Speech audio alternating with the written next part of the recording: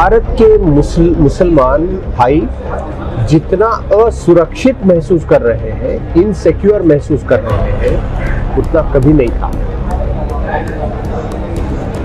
ये सरकार मुसलमानों वो तो ये समझकर चलती है कि मुसलमान इस देश के नागरिक नहीं है, या है भी तो सेकंड क्लास के हैं।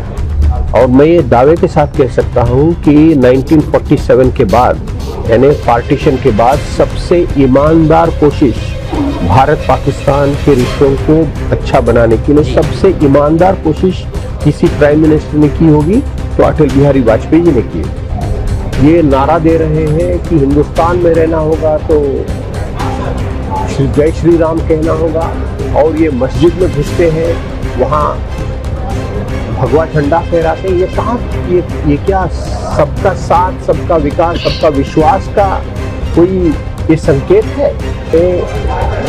इस प्रकार की नफरत फैलाना और दंगे करवाना, इसमें मेजॉरिटी कम्युनलिज्म भी जिम्मेदार है, माइनॉरिटी कम्युनलिज्म भी जिम्मेदार है।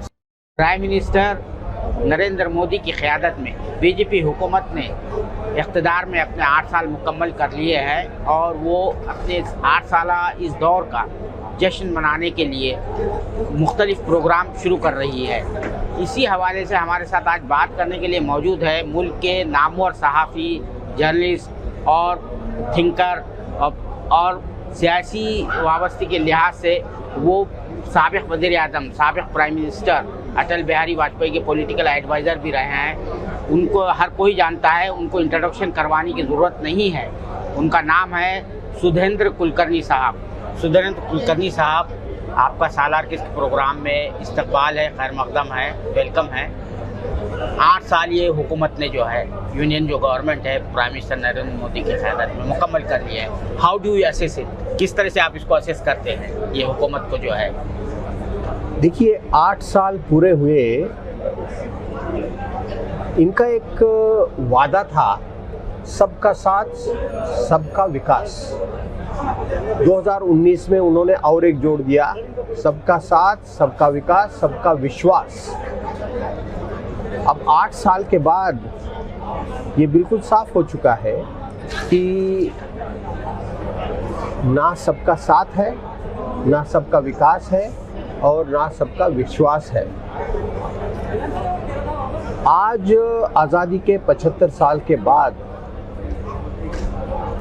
भारत के मुसलमान भाई जितना असुरक्षित महसूस कर रहे हैं, इनसिक्योर महसूस कर रहे हैं, उतना कभी नहीं था।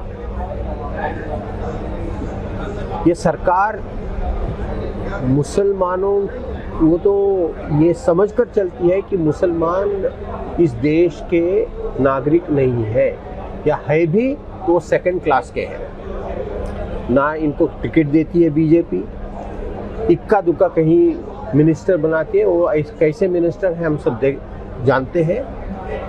इतना ही नहीं, पिछले कुछ सालों में पहले मॉब लिंचिंग, अब इनके समर्थक लोग खुलेआम नरसंहार का अपील कर रहे हैं। हरिद्वार में धर्म संसद हुआ, मैं इसे धर्म संसद नहीं मानता हूँ, अधर्म संसद है।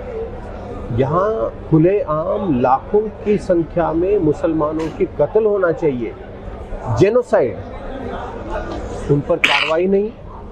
और जो आदमी पकड़ा गया, अरेस्ट किया गया, उसको बाद में बेल मिल जाती है। रामनवमी और हनुमान जयंती के अवसर पर, ये तो बहुत पवित्र दिन है। मैं स्वयं एक राम भक्त हूँ, मैं हिंदू हूँ, राम भक्त हूँ, लेकिन मैंने जब देखा कि इन उत्सव, इन त्योहार के समय हाथ में तलवार लेकर, पिस्टल लेकर, चाकू लेकर ये नारा दे रहे हैं कि हिंदुस्तान में रहना होगा तो जय श्री राम कहना होगा, और ये मस्जिद में घुसते हैं, वहाँ भगवा झंडा फहराते हैं। ये कहाँ, ये क्या सबका साथ, सबका विकास, सबका विश्वास का कोई ये संकेत है? और इन पर कार्रवाई नहीं होती है। ये इसलिए मैं कह रहा हूँ कि 8 साल में जो कुछ और कुछ हुआ होगा, लेकिन समाज में आज एक डिवीजन तोड़ने का काम हुआ है, और ये इसलिए किया जा रहा है ताकि हिंदू समाज का एक बहुत बड़ा एक वोट बैंक बन जाए, और उस वोट बैंक के जरिए फिर एक बार 2024 में फिर एक बार जीत जाए। अच्छा सर, ये कहते हैं कि under the Modi rule Muslims are most secure, बहुत सिक्योर है, लेकिन अभी कांग्रेस ने जो एक रिपोर्ट कार्ड जारी किया, उसमें आपने जो बताया ना, इनसिक्योरिटी जो फीलिंग जो बढ़ रही है, तो 10,000 यानी छोटे बड़े कम्युनल इंसिडेंट्स हुए हैं। तो वेर यू, आप जो कह रहे हैं, आपकी बात जो है, ये कहते हैं, उनका दावा कहाँ तक दुरुस्त है? देखिए, सबसे बड़ा फसाद दिल्ली का फसाद था। यानी ऐसी कोई बात नहीं है कि जो कुछ हो रहा है वो 2014 के बाद ही हुआ है, ऐसी कोई बात नहीं है। इससे पहले भी दंगे हुए हैं।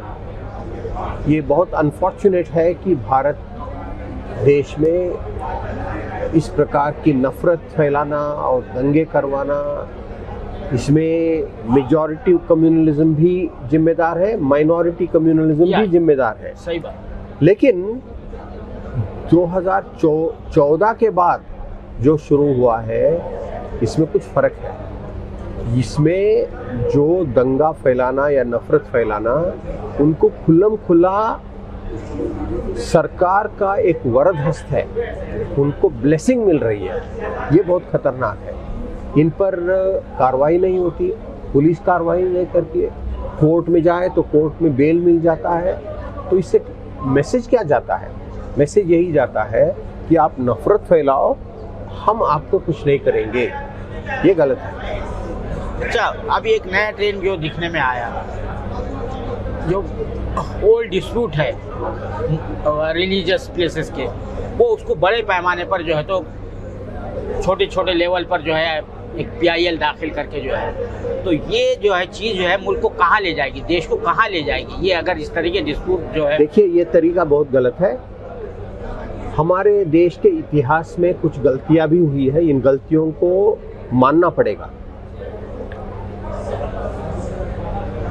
कुछ मुस्लिम राजा थे, सुल्तान थे वगैरह, उन्होंने कुछ गलतियां की, उन्होंने मंदिर तोड़े, लेकिन इसका मतलब ये नहीं कि आप इसको फिर से सब उखेड़ो और एक नया कंट्रोवर्सी, नया विवाद आज शुरू करो।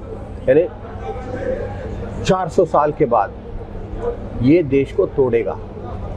ये चाहिए कि हिंदू मुसलमान के बीच अच्छे रिश्ते पैदा करो, भाईचारा पैदा करो, सबका विकास, सबकी तरक्की के लिए काम करो, और अमन हो जाए, और एक लंबे समय तक नफरत को छोड़कर, हिंसा को छोड़कर समाज में एक अमन, चैन, भाईचारा हो जाए।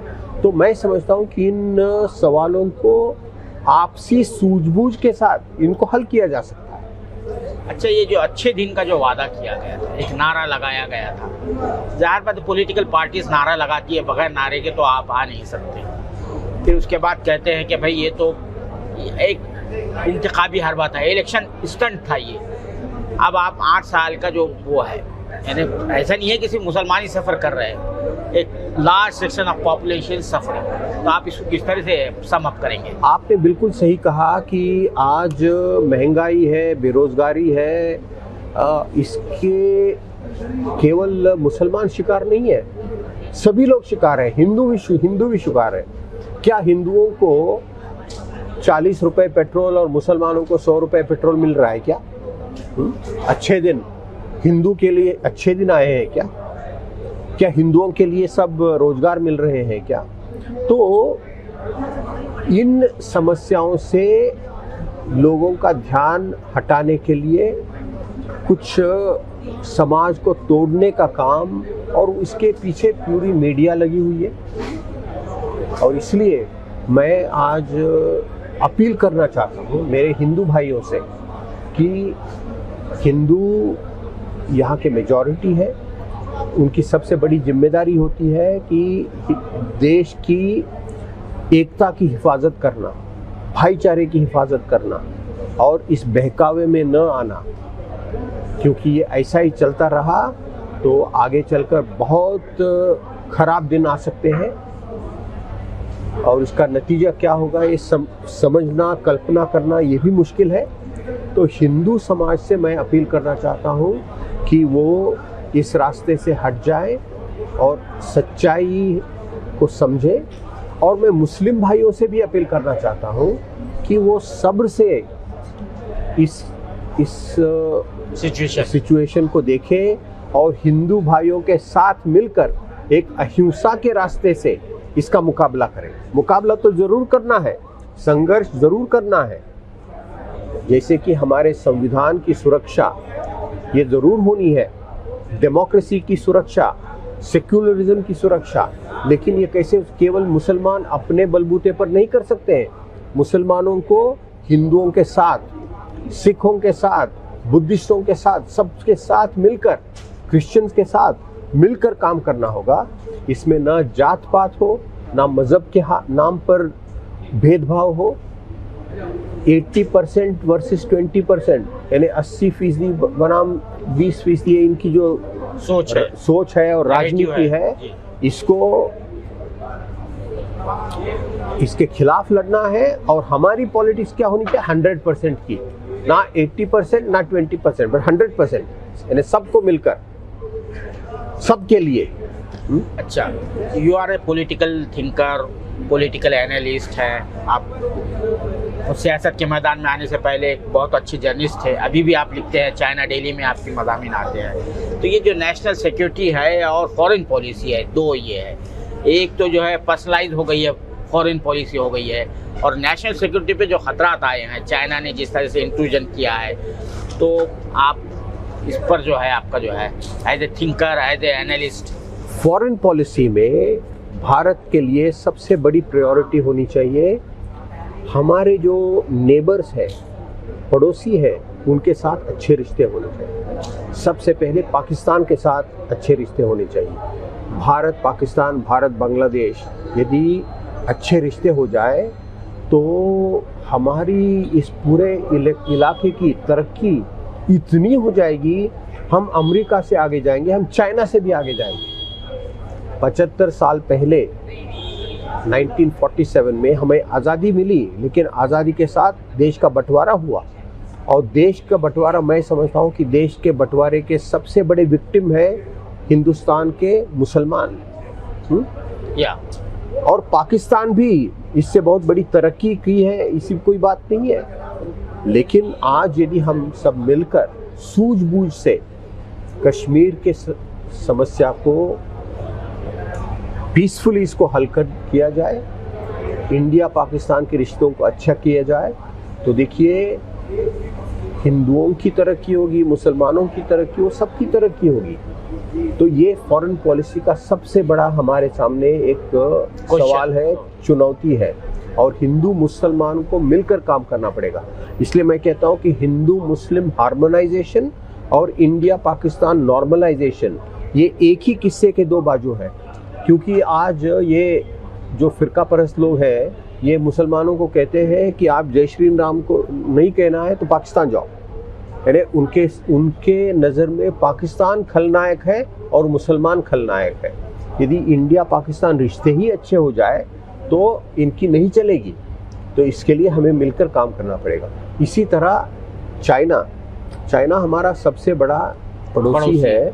एक हमारा एक बॉर्डर प्रॉब्लम है, ये तो थोड़ा कॉम्प्रोमाइज़ करके, ना हम उनको हरा सकते हैं जंग में, ना वो हमें हरा सकते हैं जंग में। तो 1962 में एक बार जंग हुआ, अब कोई जंग होने वाला नहीं है। जंग होगा तो उनकी भी बर्बादी होगी, हमारी भी बर्बादी होगी। तो जंग को टालें और सूझबूझ से इस बॉर्डर प्रॉब्लम को हम हमेशा के लिए सॉल्व कर दें। तो देखिए, ये जो हमारा एशिया है, ये तो कहाँ से कहाँ जाएगा। आखिरी मेरा सवाल ये है कि आप पहले तो कम्युनिस्ट पार्टी में रहे हैं, कम्युनिस्ट आइडियोलॉजी से वाबस्ता रहे, बाद में फिर आप इस तरफ टिल्ट हुआ, आपका भारतीय जनता पार्टी की तरफ टिल्ट हुआ। आज जो है भारतीय जनता पार्टी और आपके ज़माने की जो भारतीय जनता पार्टी है, बहुत से लोग जो है तो बज़न हो चुके हैं, यानी उससे जो है तो डिजेक्टेड हो चुके हैं। तो आप किस तरह से ये करेंगे? जो अटल बिहारी वाजपेयी के ज़माने की जो वाजपेयी थी, उनकी हुकूमत थी, वो जिस तरह सबको साथ लेने की कोशिश करते थे, गुजरात का जब फसाद होता है तो खुलेआम कहते हैं कि भाई मैं दुनिया को क्या मुंह दिखाऊंगा, और यहाँ पर एकदम बिल्कुल जो है उसके अपोजिट हो रहा है। तो हाउ डू यू कंपेयर? मैं 16 साल बीजेपी में था और 6 साल मैं प्राइम मिनिस्टर वाजपेयी जी के साथ प्राइम मिनिस्टर ऑफिस में था। वाजपेयी जी की बीजेपी और आज की बीजेपी, इसमें ज़मीन आसमान का फ़र्क है। वाजपेयी जी ने कभी मज़हब के नाम पर नफ़रत फैलाने की राजनीति नहीं की, और मैं ये दावे के साथ कह सकता हूँ कि 1947 के बाद, यानी पार्टीशन के बाद, सबसे ईमानदार कोशिश भारत पाकिस्तान के रिश्तों को अच्छा बनाने के लिए सबसे ईमानदार कोशिश किसी प्राइम मिनिस्टर ने की होगी तो अटल बिहारी वाजपेयी जी ने की। कश्मीर की समस्या को हल करने के लिए सबसे जो अच्छा कदम उठाए तो प्राइम मिनिस्टर वाजपेयी जी ने की। तो वो भी बीजेपी के थे, लेकिन वो उस समय की बीजेपी अलग थी। डेमोक्रेसी में उनका विश्वास था, कॉन्स्टिट्यूशन में उनका विश्वास था, इसलिए सब लोगों को मिलकर जोड़कर वो चलना चाहते थे। और भारत को ऐसी ही राजनीति से भला है, तोड़ने की राजनीति से भारत की बर्बादी होगी। ठीक है, बहुत बहुत शुक्रिया साला से बात करने के लिए। ये थे सुधींद्र कुलकर्णी साहब, जो ये बता रहे थे कि सूरत हाल के बारे में, कि सबसे पहले तो बात ये है कि हिंदू मुस्लिम रिलेशन को बेहतर से बेहतर बनाने की ज़रूरत है। उसके अलावा एक अहम बात जो उन्होंने कही कि जो वाजपेयी साहब के ज़माने की जो बीजेपी थी और आज की बीजेपी के दरमियान एकदम बिल्कुल ज़मीन आसमान का फ़र्क है। वो जो बीजेपी थी वाजपेयी के दौर की जो बीजेपी थी या वज़ीर आज़म साहब थे, वो दो मुल्कों के दरमियान इत्तेहाद करना चाहते थे, हिंदू मुस्लिम के दरमियान इत्तेहाद करना चाहते थे, नफ़रत की बुनियाद पर सियासत नहीं चाहते थे और जमहूरियत पसंद थे। कैमरामैन जीशान राही के साथ मैं अब्दुल बारी मसूद, नई दिल्ली।